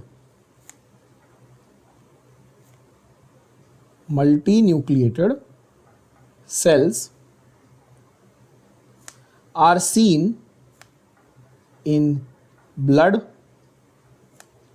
that is WBCs, white blood cells, okay, and muscles are commonly seen. कौन से वाले मसल्स? Striated muscles. कौन से मसल्स बच्चों? Striated muscles. ये नोट आप लिख के रखेंगे. आगे हम लोग इनके बारे में डिटेल में बात करेंगे. सर्कुलेशन चैप्टर में WBC के बारे में डिटेल्स बताऊंगा और स्ट्रक्चरल ऑर्गेनाइजेशन में मसल्स के बारे में डिटेल्स बताऊंगा. तो वहाँ पे देखेंगे स्ट्राइएटेड मसल्स में मल्टी न्यूक्लिएटेड होते हैं और ब्लड के अंदर WBC जो हमारे वाइट ब्लड सेल्स होते हैं वो भी कैसे होते हैं? मल्टी न्यूक्लिएटेड होते हैं. तो ये नोट करके यहाँ पे लिख लेना. तो यहाँ पर जो सेंटेंस लिखा है कि भाई जनरली हमेशा एक न्यूक्लियस पर सेल होता है, वो तो ठीक है, बट फ्रीक्वेंटली आपको ऐसा नंबर ऑफ न्यूक्लियाई डिफरेंट देखने मिलते हैं. अग्रीड? नाउ न्यूक्लियर मैट्रिक्स यानी कि न्यूक्लियस का जो साइटोप्लाज्म है, न्यूक्लियर मैट्रिक्स यानी कि न्यूक्लियस का जो, सॉरी हाँ इसको बॉक्स कर दो. यस, न्यूक्लियस का cytoplasm is called nucleoplasm. Of course इसके अंदर क्या होता है? न्यूक्लियोलस होता है और क्रोमैटिन होता है. द कंटेंट ऑफ न्यूक्लियोलस, अगर अब ये ध्यान से जरा सुन लेना, ठीक है, क्योंकि न्यूक्लियोलाई के फंक्शन के ऊपर आपको नीट एग्जाम में क्वेश्चन आ चुका है पहले. न्यूक्लियोलाई के, स्पेसिफिकली न्यूक्लियोलाई के फंक्शन के ऊपर, हाँ ध्यान से सुनना. तो न्यूक्लियोलस जो है, न्यूक्लियोलाई जो है वो क्या है? They are present in the nucleoplasm. Okay, nucleolus is continuous with the rest of the nucleoplasm. उसका जो कंटेंट है वो कंटिन्यूअस है and it does not have its own membrane. Nucleolus को खुद का मेम्ब्रेन होता है क्या? आंसर है नो. तो ऐसा भी आपको, ये बहुत ही पॉपुलर क्वेश्चन है इस चैप्टर में से, which of the following organelles और which of the following structures does not have membrane. तो राइबोसोम में मेम्ब्रेन नहीं होती है, न्यूक्लियोलस में मेम्ब्रेन नहीं होती, ऐसे हमने बहुत सारे देखे हैं बीच बीच में. ठीक है, तो आप जब लिस्ट बनाते हो ऑर्गेनेल्स की या स्ट्रक्चर्स की, तो आपको एक लिस्ट ऐसे सेपरेटली, मतलब लिस्ट में एक मेंशन हमेशा करना है कि किसके पास मेम्ब्रेन है, किसके पास नहीं है, क्योंकि वो आपको जरूर पूछेगा कि select the odd one out, या फिर 4 ऑप्शन देगा, बोलेगा इसमें से बताओ चारों में से किसके पास मेम्ब्रेन नहीं होती है. हमेशा ये बहुत ही पॉपुलर फॉर्मेट ऑफ क्वेश्चन इस चैप्टर में से बच्चों. और इसका फंक्शन जो इसके ऊपर क्वेश्चन आया, as I mentioned, it is a site for active ribosomal RNA synthesis. ठीक है, राइबोसोमल आरएनए जो होता है वो सिंथेसाइज करने के लिए आपका न्यूक्लियोलस जो है वो काफी इंपॉर्टेंट रोल प्ले करता है. अब ये देख लो जरा कि हमारे पास जेनेटिक मटेरियल जो था उसके 2 टाइप है, डीएनए, आरएनए, ये तो सबको मालूम है, पर आरएनए की कितनी वैरायटी होती है? आरएनए की हमारे पास कितनी वैरायटीज पॉसिबल है? तो there are 3 varieties of RNA that we have M, we have R and we have T. M stands for messenger RNA. क्या होता है एम? Messenger RNA. आर होता है राइबोसोमल आरएनए और टी होता है ट्रांसफर या ट्रांसपोर्ट आरएनए. ठीक है, आरएनए की 3 वैरायटी. इसको हम लोग आगे डिटेल में molecular basis of inheritance chapter में काफी इन डेप्थ पढ़ने वाले, बट एटलीस्ट नाम तो हर बच्चे को पता होना चाहिए. आरएनए की 3 वैरायटी. इसमें से न्यूक्लियोलस में से कौन सा वाला बन रहा है? देखो जरा, देखो अब सेंटेंस को पढ़ो, it will make sense. Nucleolus में से कौन सा वाला बन रहा है बच्चों? आपका राइबोसोमल वाला आरएनए बन रहा है. चलो, सो यहां पे हमारे पास 3 टाइप के आरएनए होते हैं, मैसेंजर, राइबोसोमल और ट्रांसफर. न्यूक्लियोलस में कौन सा वाला बन रहा है बच्चों? राइबोसोमल वाला आरएनए बन रहा है. ठीक है, वो बहुत इंपॉर्टेंट फंक्शन हो जाता है न्यूक्लियोलस का. जैसा मैंने कहा कि नीट में इसके ऊपर बहुत बार क्वेश्चन आया हुआ है. अच्छा, you may recall that interface nucleus has loose and indistinct thread like network or indistinct network of protein fibers called chromatin nucleoprotein के फाइबर्स होते हैं। न्यूक्लियोप्रोटीन क्यों बोलते हैं? क्योंकि उसके अंदर हिस्टोन, एक स्पेसिफिक प्रोटीन होता है जिसको हम लोग हिस्टोन प्रोटीन बोलते हैं, बेसिकली अलॉन्ग विद डीएनए। तो क्रोमैटिन नाम का थ्रेड होता है कहाँ पे? इंटरफेस के न्यूक्लियस में। ये भी पता है हमको, हमने सेल डिवीजन में बहुत डिटेल में देखा ही है कि जब तक सेल मेटाफेज में नहीं आ जाता, मतलब प्रोफेज में ये क्रोमैटिन का कंडेंस होकर क्रोमोसोम बनना शुरू होता है। अग्रीड? प्रोफेज में क्या हो रहा था कि क्रोमैटिन का क्रोमोसोम बन रहा था, फिर मेटाफेज में वो सब सेंटर पे आ रहे थे, है ना, इक्वेटोरियल प्लेट पे आ रहे थे, जिसको हम लोग ने मेटाफेज, माइटोटिक अपैरेटस या मेटाफेज अपैरेटस भी बोला था, इक्वेटोरियल प्लेट पे। अच्छा, जब during different stages of cell division अगर हम देखते हैं तो क्रोमोसोम्स बन जाते हैं इन द न्यूक्लियस। और क्रोमैटिन थ्रेड जो है उसके अंदर क्या होता है? उसके अंदर दो चीजें होती हैं, एक होता है डीएनए और दूसरा होता है उसके अंदर basic proteins called histone proteins. इसलिए यह वर्ड आया, जैसे मैंने अभी बोला ना, न्यूक्लियोप्रोटीन। क्यों न्यूक्लियोप्रोटीन? बिकॉज न्यूक्लियोप्रोटीन वर्ड में डीएनए जो है तो वो तो आपका न्यूक्लिक एसिड था, डीएनए जो है आपका, वो आपका न्यूक्लिक एसिड था, और हिस्टोन जो है वो आपका प्रोटीन था। इसलिए इनके कॉम्बिनेशन को अपन ने क्या बोला बच्चों? अपन ने बोला न्यूक्लियो प्रोटीन। ठीक है ना? तो डीएनए और हिस्टोन मिलाकर क्या बनता है? क्रोमैटिन बनता है। और वो क्रोमैटिन जब कंडेंस होता है तो क्या बनता है? क्रोमोसोम बनता है। ओके। इसमें साथ साथ थोड़े से नॉन हिस्टोन प्रोटीन्स भी होते हैं, बट उसका ज़्यादा इंपॉर्टेंस उतना नहीं है। ठीक है? कुछ ऐसे भी प्रोटीन्स होते हैं जो हिस्टोन्स नहीं है, हम लोग histone protein and non histone protein ऐसा बोलते हैं। अच्छा, ये नेक्स्ट लाइन जो है ये बहुत ही ऐसे फन फैक्ट टाइप की लाइन है, बट ऑब्वियसली एमसीक्यूज में पूछी जा सकती है। A single human cell has 2 metre long DNA distributed in 23 pairs of chromosomes. क्या ये मैं आप लोगों को ऑलरेडी बता चुका हूं कि हमारे पास 23 पेयर्स यानी कि 23n, हमारे पास 2n होता है ना, हमारा 2n इज इक्वल टू 46 है, तो ह्यूमंस के लिए n की वैल्यू होती है, यानी कि एक सेट की वैल्यू होती है 23। हमारा 2n इज इक्वल टू 46, हमारे पास टोटल 46 क्रोमोसोम होते हैं, तो हमारे लिए n की वैल्यू होती है 23। राइट? हर ऑर्गेनिज्म के लिए ना ऐसे n की वैल्यू अलग अलग होती है। इसको हम लोग क्लास 12 के मॉलिक्यूलर बेसिस ऑफ इनहेरिटेंस वाले चैप्टर में पढ़ने वाले हैं। तो एवरी क्रोमोसोम, अभी क्या है देखो, हर क्रोमोसोम के पास सेंटर में क्या होता है? एक सेंट्रोमियर होता है, ये तो ऑलरेडी बता चुका हूं। Every chromosome has a primary, अभी सेंट्रोमियर का दूसरा नाम होता है प्राइमरी कंस्ट्रिक्शन। सेंट्रोमियर का ये हम लोग ने बोला था कि सेंट्रोमियर का दूसरा नाम प्राइमरी कंस्ट्रिक्शन होता है। आप सेंट्रोमियर याद रख लो, वो मेन है। तो सेंट्रोमियर क्या था? 2 सिस्टर क्रोमैटिड को ज्वाइन करने वाला स्ट्रक्चर था। सेंट्रोमियर के अंदर भी डिस्क शेप छोटे छोटे स्ट्रक्चर थे, जिसको हम लोग क्या बोलते थे? काइनेटोकोर। ये सारी चीजें हमने सेल डिवीजन चैप्टर में काफी डिटेल में देखी हुई हैं।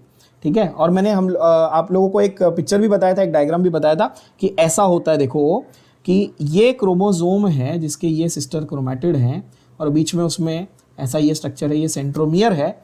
और ये सेंट्रोमियर को भी मैं देखूं तो इसमें डिस्क जैसे स्ट्रक्चर ऐसे लगे हुए हैं जो काइनेटोकोर है। टेक्निकली ये जो काइनेटोकोर है ये वो साइट है जहां पे आके स्पिंडल फाइबर, कहां क्या होते हैं? स्पिंडल फाइबर आके अटैच हो जाते हैं काइनेटोकोर पे। तो कोई आपको पूछे कि स्पिंडल फाइबर कहां अटैच होते हैं, तो आप बोलोगे सेंट्रोमियर पे, बरोबर है। But a more correct answer, a more precise answer will be kinetochore. तो ऑप्शन एमसीक्यू में अगर सेंट्रोमियर और काइनेटोकोर दोनों हुआ तो आप क्या मार्क करेंगे? आप काइनेटोकोर मार्क करेंगे। That is a more correct answer. ठीक है? छोटी छोटी चीजों पे फोकस करना एमसीक्यू में काम आने वाला है। तो सेंट्रोमियर के साइड्स पे डिस्क शेप्ड स्ट्रक्चर होते हैं जिसको हम लोग बोलते हैं काइनेटोकोर। बोलोगे ठीक है भाई, ये रहे काइनेटोकोर डिस्क शेप्ड स्ट्रक्चर। यहाँ पे अच्छे से प्यारे से एकदम पिक्चर में लोग ने दिखाया, बहुत अच्छा फोटो है। अच्छा, सेंट्रोमियर क्या करता है? तो ये 2 क्रोमैटिड्स को, एक क्रोमोसोम के 2 क्रोमैटिड को चिपकाता है। यहां पर कितने क्रोमैटिड दिख रहे हैं इस डायग्राम में? 4। 1 2 3 4। ये तो वो टेट्राड हो गया ना, ये नॉर्मल क्रोमोसोम थोड़ी है, तो क्रोमोसोम की कॉम्बिनेशन है, पेयरिंग हो गई, उसके बाद वो वाला दिखाया वो लोग, है ना। नॉर्मली एक क्रोमोसोम में कितने होते हैं? 2 क्रोमैटिड होते हैं बच्चों, 2 सिस्टर क्रोमैटिड्स होते हैं।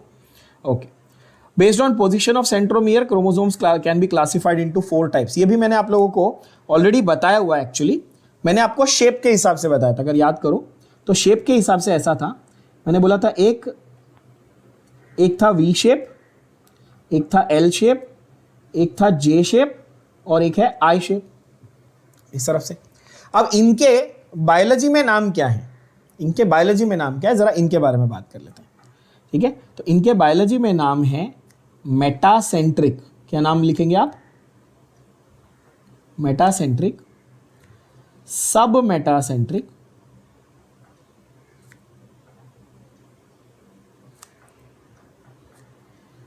Acrocentric and telocentric. अब ये हर एक वर्ड का मतलब मैं आपको समझाता हूं। ठीक है, ऐसा नहीं कि अपन बस ऐसे लिख के छोड़ देंगे, मतलब समझते जरा। अब ये जो वी एल जे और आई है, ये क्या थे? ये सिर्फ शेप्स थे। ये क्या थे? सिर्फ शेप्स थे। और उनके अगर हम लोग बायोलॉजिकल नाम देखें तो मेटासेंट्रिक, सब मेटासेंट्रिक, इसका मीनिंग क्या जरा समझते हैं। तो हर एक वर्ड का मतलब देखो। The word Meta means what, मैंने पढ़ा है आप लोग को। मेटा का मतलब मिडल है ना। तो मेटासेंट्रिक में एक्चुअली ऐसा है बच्चों कि दोनों जो आर्म्स है, दोनों क्रोमैटिड्स हैं, वो इक्वल है लेंथ में। दोनों आर्म्स कैसे हैं? इक्वल हैं। यानी कि अगर मेरे पास एक ये सेंट्रोमियर है और ये दोनों का लेंथ इक्वल है, तो ही तो मेरे को ये ऐसा वी शेप दिख रहा है कि नहीं? जब ये खींचेगा तो ये वी शेप दिखेगा। तो ये वी शेप क्यों दिख रहा है? बिकॉज इसका सेंट्रोमियर बीच में था, एग्जैक्टली बीच में था, और दोनों क्रोमैटिड की लेंथ सेम थी। क्या ये बात समझ में आई सबको? इसलिए मैंने वर्ड यूज किया मेटासेंट्रिक, कि मतलब सेंट्रोमियर बीच में है, मेटा है, बीच में है। दूसरा आता है सब मेटासेंट्रिक। सब मतलब थोड़ा सा बिलो, सुप्रा मीन्स अबाउ, सब मीन्स बिलो। सेंटर से थोड़ा सा नीचे आ गया।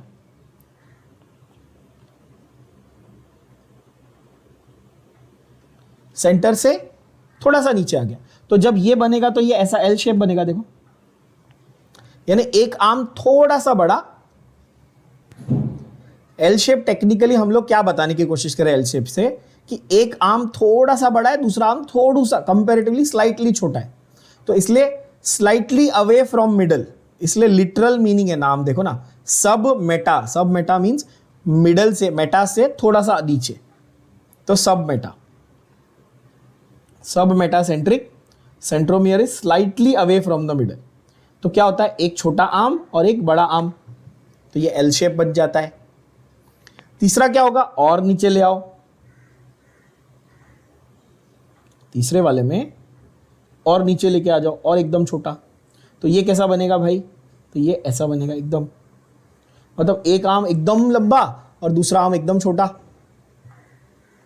है ना। तो ये एक्रो, एक्रो वर्ड का मतलब, एक्रो का मतलब एक्चुअली लिटरली होता है हेड, मतलब towards one and, towards one extreme, towards one terminal, उसको बोलते हैं वर्ड एक्रो।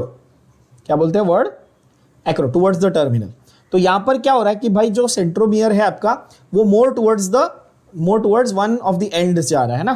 तो देखो एक्रोसेंट्रिक में क्या होता है? Centromere is close to the end, one extremely short and one extremely long arm. And last but not least, कि भाई एक ही, ये इतना छोटा हो गया कि पूरा का पूरा ऐसे हो गया, एक ही क्रोमैटिड बना, और सेंट्रोमियर कहाँ आ गया? एकदम नीचे आ गया, है कि नहीं। तो टीलो वर्ड कहाँ से आया? टीलो फेज किया ना सेल डिवीजन में, आखिरी, एंड, एकदम। तो एंड पे आ गया ना, टर्मिनल पे आ गया ना, तो इसलिए वर्ड आया टीलोसेंट्रिक। क्या ये बात समझ में आ रही है? शेप से इजीली याद रहेगा बच्चों। शेप से कैसे याद रखोगे? देखो ना, वी में दोनों आर्म इक्वल लेंथ के है ना, एल में एक बड़ा एक छोटा है, जे में कैसा था? एक एकदम लंबा और एक एकदम छोटा, है ना। और आई में कैसा है भाई? तो आई तो मतलब खत्म, एक ही आर्म है, कोई फोल्ड या कोई बेंड है ही नहीं उसमें, है ना बच्चों। तो इस तरह से आपको सिर्फ शेप देखोगे तो आपको याद आ जाएगा डेफिनेशन, कोई इसमें चिंता की बात नहीं है। तो नीट में आपके एमसीक्यूज में आपको इसके डेफिनेशन और इसके शेप दोनों पे सवाल आएंगे। अच्छा, ये भी जरूर देखना है बच्चों, एक बात पूरी समझ लेना ध्यान से कि ये जो शेप है ये सेपरेशन के वक्त दिख रहे हैं। सेपरेशन कब हो रहा है? कौन से फेज में? मेटा फेज में तो सारे सेंटर पे आए, फिर एनाफेज में स्पिंडल फाइबर वगैरह अटैच हुए, टीलोफेज के स्टार्ट में सेपरेट हो गए ना पूरे के पूरे। टीलोफेज के स्टार्ट में वो नहीं क्या वो बना था, क्या टर्मिनलाइजेशन प्रोसेस हुआ, फिर सेपरेट हो गए, है ना, उस तरह से। तो इसीलिए ध्यान से ये भी देखना है कि कौन से फेज में सेपरेशन होने वाला है, जहां पर आपको ये शेप्स दिखेंगे बच्चों। Okay, last but not least, ये एकदम छोटी सी दो लाइन बची है, कंप्लीट कर लेते हैं। Sometimes a few chromosomes will have non staining secondary constrictions at another location, this is called satellite. अच्छा, ये क्या होता है जरा समझते हैं। देखो, एक क्रोमोसोम के पास ऐसे ये 2 क्रोमैटिड है, आप बोलोगे ठीक है, ये उसका क्या है बीच में, सेंट्रोमियर, ये भी ठीक है। पर कभी कभी ना एक्स्ट्रा ऐसे, जैसे सेंट्रोमियर को हमने प्राइमरी कंस्ट्रिक्शन बोला, सेंट्रोमियर को हमने क्या बोला, प्राइमरी कंस्ट्रिक्शन। तो ऐसे कुछ एक्स्ट्रा साइट्स भी होते हैं कई बार उनके ऊपर, जिनको हम लोग सेकेंडरी कंस्ट्रिक्शन बोलते हैं। क्या बोलते हैं? Secondary constriction. And such sites are also referred to as satellite chromosomes. क्या बोलते हैं उनको हम लोग? Satellite chromosome. इनका एज सच ऑनेस्टली कोई ऐसा ज्यादा रोल नहीं है, ठीक है, इनका कोई ज्यादा रोल नहीं है, तो इसके ऊपर बहुत ज्यादा डिटेल में घुसने की जरूरत नहीं है। हाँ, ये जरूर है कि सेंट्रोमियर को प्राइमरी कंस्ट्रिक्शन बोलते हैं, और सेंट्रोमियर के अलावा कहीं पे भी कुछ भी प्रेजेंट होगा उसको क्या बोलते हैं? Secondary constriction. ये याद रख लेना आपको, ठीक है।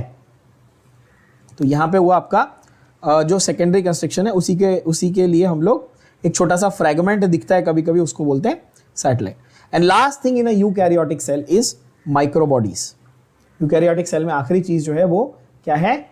माइक्रोबॉडीज है। They are small vesicles. What are vesicles? मैंने बताया था वेसिकल्स क्या होते हैं, very small tiny bag like structures, tiny bag like और सैक लाइक स्ट्रक्चर्स, उसको हम लोग बोलते हैं वेसिकल, है ना। तो छोटे छोटे वेसिकल्स होते हैं जिनको हम लोग माइक्रोबॉडीज बोलते हैं, जिसके अंदर क्या स्टोर होता है? बहुत सारे एंजाइम्स जनरली स्टोर होते हैं। तो माइक्रोबॉडीज के अंदर क्या होता है? एंजाइम। जैसे प्रोकैरियोटिक सेल में आपको याद होगा तो इंक्लूजन बॉडीज देखा था हमने। प्रोकैरियोटिक सेल में था हमारे पास इंक्लूजन बॉडीज, और यूकैरियोटिक सेल में हमारे पास होता है माइक्रोबॉडीज, ठीक है। तो यहां पर आपका ये चैप्टर खत्म होता है जो है सेल यूनिट ऑफ लाइफ। इसमें हमने प्रोकैरियोटिक यूकैरियोटिक सेल के सारे डिटेल्स, सारे ऑर्गेनेल्स के बारे में पढ़ा। इस चैप्टर में से आपका नीट के पेपर में एटलीस्ट 2 और समटाइम्स 3 क्वेश्चंस डेफिनेटली ये पूछा जाता है। काफी बड़ा टॉपिक है, काफी डिटेल्ड चीजें पढ़ी हैं इसमें हमने, और वो भी आपको ज्यादा करके क्वेश्चन एक टाइप का जो है फॉर्मेट जो मैंने बताया कि वो जरूर पूछेगा कि भाई कौन सा वाला ऑर्गेनेल मेम्ब्रेन वाला होता है, कौन सा बिना मेम्ब्रेन का होता है। एक ये पॉपुलर फॉर्मेट है। दूसरा, कौन सा ऑर्गेनेल प्लांट सेल में होता है, कौन सा नहीं होता, या एनिमल सेल में होता है, नहीं होता। दूसरा मतलब विच इज प्रेजेंट और absent in either a plant cell और एन एनिमल सेल, या विच इज प्रेजेंट और एब्सेंट इन अ प्रोकैरियोटिक और यूकैरियोटिक सेल, ऐसा भी वो पूछ सकता है डेफिनेटली। और स्पेसिफिकली क्वेश्चन कई बार आ जाते हैं आपके सीलिया फ्लैजेला के स्ट्रक्चर, जिसको आज हमने डिटेल में पढ़ा, 9+2 अरेंजमेंट वाला, माइक्रोट्यूब्यूल्स वाला, या फिर साइटोस्केलेटन का स्ट्रक्चर, इसके ऊपर कई बार क्वेश्चन आते हैं, ठीक है। और one of the most popular question आता है न्यूक्लियस के डिटेल्स पे, क्रोमैटिन क्या है, न्यूक्लियोलस का फंक्शन क्या है ना, न्यूक्लियर पोर किस लिए है, न्यूक्लियर एनवेलप का क्या रोल है, न्यूक्लियोप्लाज्म का क्या कॉम्पोजिशन है ना, माइटोकॉन्ड्रिया और क्लोरोप्लास्ट में डिफरेंस क्या है, इसके ऊपर। तो ये ऐसे टिपिकल टाइप के जो भी क्वेश्चन है वो सारे हमने यहाँ पर while discussing the topic cover किए हैं। तो मेक श्योर करना है कि आपने सब कुछ मार्क किया है एनसीईआरटी में, और as it is line by line, as I keep saying always, right, line by line, word by word चीजों को रीड करके आपको प्रिपेयर करना है, ठीक है बच्चों।